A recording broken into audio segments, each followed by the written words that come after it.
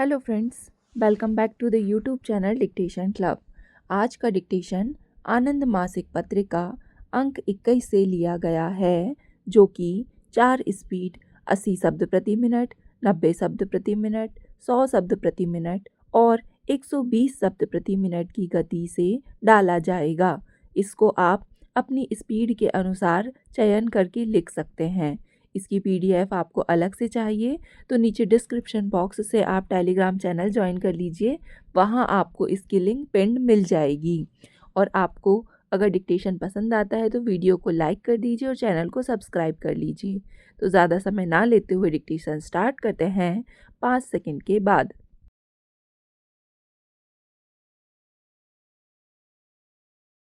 Speaker महोदय, औद्योगिक श्रमिकों में परिवार नियोजन का तरीका अपनाने को प्रोत्साहन देने के काम में लगाया गया 1 रुपया भी किसी अन्य वाणिज्यिक या उत्पादकता वाले उद्यम में किए गए निवेश से कई गुना अधिक महत्व रखता है। यह विचार सरलता से पूरा होने वाला नहीं लगता है, लेकिन उसे शुरू करना होगा क्योंकि भारत में तथा विदेशों में किए गए सर्वेक्षणों और अध्ययनों से इस तथ्य की सत्यता सिद्ध हुई है। इसके अतिरिक्त उद्योग का विश्वसनीय अनुभव इस नए दृष्टिकोण की उपादेयता का पर्याप्त प्रमाण प्रस्तुत करता है। इन सर्वेक्षणों तथा अध्ययनों से अनेक तरीकों से इस तथ्य पर बल दिया गया है कि परिवार नियोजन श्रमिकों के स्वास्थ्य तथा अच्छी औद्योगिक स्थिति दोनों को सुनिश्चित करने का सबसे पक्का तरीका है, क्योंकि इसमें श्रमिकों को संतोष प्राप्त होता है और यह ऐसी परिस्थितियां उत्पन्न करता है कि श्रमिकों को काम पर से अनुपस्थित होने की आवश्यकता कम पड़ती है और उन्हें प्रसूति अवकाश कम लेना पड़ता है, जिससे उत्पादन पर अनुकूल प्रभाव पड़ता है। इतना ही नहीं, संतुष्ट श्रमिक अपेक्षाकृत अधिक कठोर श्रम कर सकते हैं, चाहे वह हाथ का हो, यांत्रिक हो या सर्जनात्मक। बुनियादी बात यह है कि उद्योग द्वारा लाभ कमाने और श्रमिकों को परिवार नियोजन के तरीके अपनाने के लिए प्रेरित करने में स्पष्ट या दुविधा वाली कोई बात नहीं है। स्पष्टतः परस्पर विरोधी लगने वाले ये दोनों पहलू एक दूसरे को दृढ़ता प्रदान करते हैं। वास्तव में पश्चिमी देशों में औद्योगिक विकास संयोग मात्र ही नहीं है, अपितु वह इन दोनों तथ्यों से संवर्धित हुआ है। आवश्यकता इस बात की है कि उद्योग को अपने स्वार्थ के लिए अपने श्रमिकों में परिवार नियोजन की प्रवृत्ति को प्रोत्साहन देना होगा और यह विश्व स्वास्थ्य संगठन की स्वास्थ्य की परिभाषा घोषणा पत्र के सर्वथा अनुकूल है। परिवार नियोजन की अपेक्षा कहना सरल है। सबसे निचले स्तर की सच्चाई असमान अवधारणाओं पर प्रकाश डालती है। उदाहरणार्थ, कुछ ज़्यादा संगठित बड़े उद्योगों में सफ़ेद पोश मध्यम वर्गीय कर्मचारियों की अपेक्षा छोटे श्रमिकों द्वारा परिवार नियोजन कहीं अधिक अपनाया जाता है। अब भी मध्यम तथा लघु औद्योगिक क्षेत्र में बहुत से श्रमिक ऐसे हैं जिन तक नहीं पहुंचा गया है। श्रमिक जनसंख्या के इस बड़े भाग का परंपरागत प्रवृत्तियों पर अब भी बहुत अधिक प्रभाव है, क्योंकि उनकी उचित शिक्षा नहीं हो पाई है।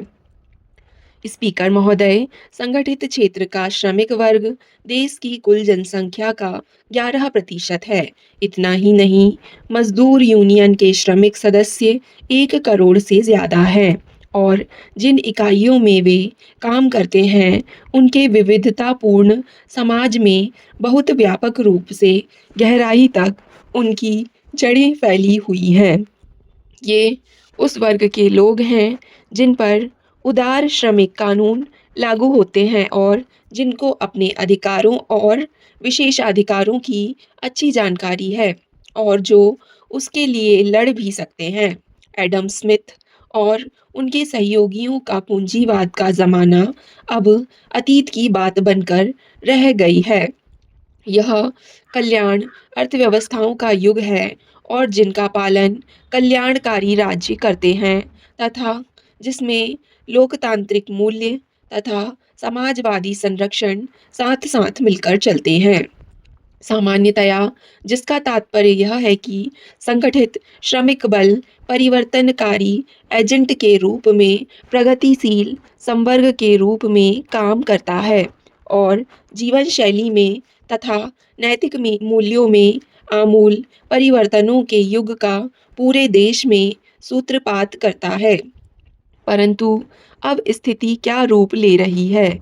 उनमें से अधिकतर विभिन्न विकास कार्यक्रमों जिनमें परिवार नियोजन भी शामिल है, को अपनाने में रुकावट डालते हैं। यह प्रवृत्ति उनके पारंपरिक सोच के कारण है। छठे और सातवें दशक के दौरान जब जनसंख्या तथा परिवार नियोजन के बारे में समाजवादी विचारधारा हावी थी तो उस समय मान्यता यह थी कि जिस देश में जितनी अधिक जनसंख्या है वह उतना ही ज़्यादा मजबूत और आर्थिक दृष्टि से सक्षम है तथा परिवार नियोजन से विकास होगा। परंतु भारत में जहाँ कई शताब्दियों की दूरी को कुछ ही दशकों में पार करना है, परिवार नियोजन के तरीके अपनाना हमारे स्वास्थ्य और परिवार कल्याण कार्यक्रम के एक हिस्से के रूप में चलाया जाना चाहिए ताकि माल का और अधिक उत्पादन हो तथा और अधिक सेवा उपलब्ध हो व कुल मिलाकर जीवन स्तर में सुधार आए। राष्ट्र ने अपने योजनाबद्ध विकास के पिछले 50 वर्षों के दौरान अत्यधिक प्रगति की है, परंतु इसके बावजूद हम विश्व के सबसे गरीब देशों में हैं।